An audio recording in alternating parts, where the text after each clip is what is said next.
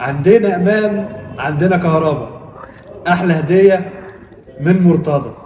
النهارده الفيديو والفضيحه الجديده.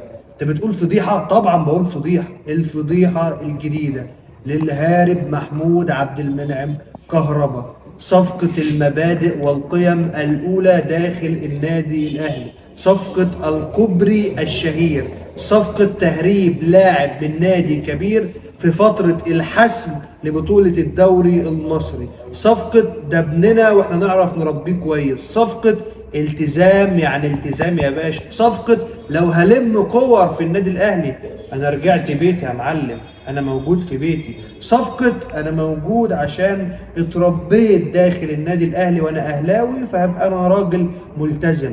النهارده فضيحة جديدة وفيديو جديد بينتشر للهارب محمود عبد المنعم كهربا اللي خلاص انتهى فنيا، انتهى رياضيا، انتهى ماديا، انتهى مجتمعيا، انتهى كرويا، انتهى جماهيريا عند جمهور الزمالك وعند جمهور النادي الاهلي.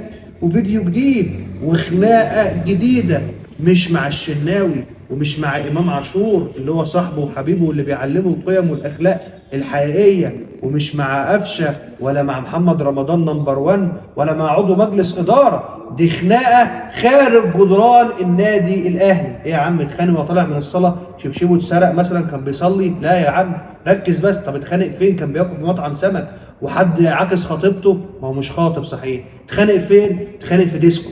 ايه مالها ليلى؟ بتقول ايه؟ كان معاه واحده؟ اسمع وركز. الفيديو والانفراد الشهير والانفراد المحترم لموقع القاهرة 24 والزملاء في موقع القاهرة 24 وكتيبة الأستاذ هاني عبد الصبور، فيديو مهم جدا لمحمود عبد المنعم كهربا. أول ما الفيديو انتشر بيتخانق في ديسكو ومعاه سيدة، مش عايز مش انا مش هوصفها لان انا ما اعرفهاش، لكن هي سيده بملابس قط وفي ملهى ليلي. انتوا الفيديو موجود شوفوه، انا ما اقدرش احكم على السيده ولا احكم على المكان، لكن هو موجود في ملهى ليلي. كان يا جماعه الحق يتقال كان بيراجع الخطه الفنيه لكولر وبيتفرج على ماتشات. يعني هو الفيديو ده بالمناسبه او الخناقه دي كانت بعد ماتش باتشوك. فكهربا كان بيراجع فريق شباب بلوزداد. ليه؟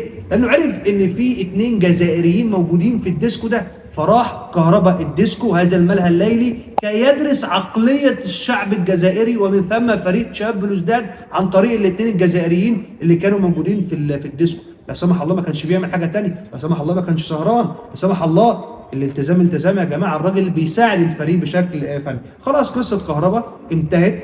واحد يقول لي طب انت راجل زملكاوي طلع بتقول رايك وليه في الموضوع كهربا يخصك؟ طبعا طبعا، لان حق الزمالك رجع.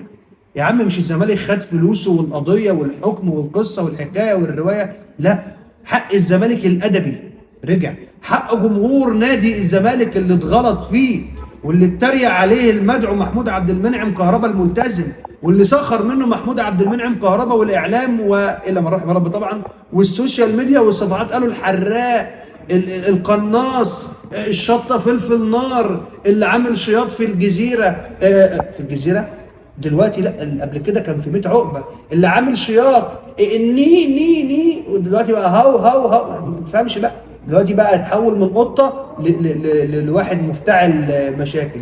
فحق الزمالك وحق جمهور الزمالك وحق إدارة الزمالك وحق كل واحد زملكاوي اتغلط فيه من هذا اللاعب غير الملتزم رجع النهارده. فلما قال الأستاذ مرتضى منصور رئيس نادي الزمالك السابق كهربا هديتي ليك يا خطيب، الكل طلع اتريق. ولما كهربا جاب جولين بقى وجاب جون في الزمالك واتشقلب بقى، احلى هديه عندنا امام، عندنا كهربا، احلى هديه من مرتضى. ايه رايك في الهديه؟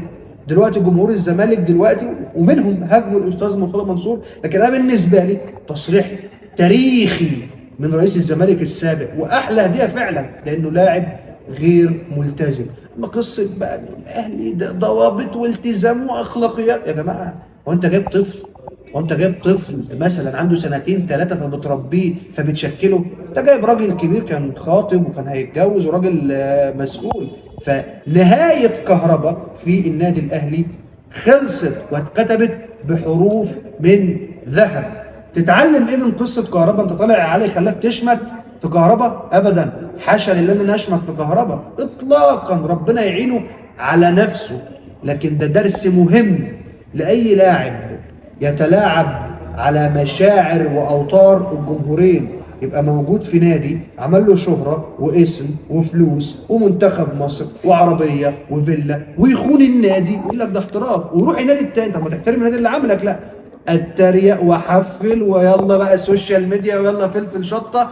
هي دي نهايتك المنطقية والعادلة. الحياة عادلة، ربنا اسمه الحق والعدل، والكورة أحيانا ما تنصف الجمهور المظلوم. كهربا النهارده خسر كل حاجة، جمهور الأهلي والأهلي وطبعا جمهور الزمالك. نهاية ولا أسوأ لمحمود عبد المنعم كهربا.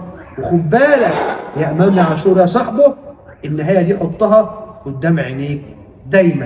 اللي بيلعب على أوتار الجمهور دايما خسران، لأن جمهور الأهلي وجمهور الزمالك ملهمش عزيز إلا الكيان والنادي. شكرا.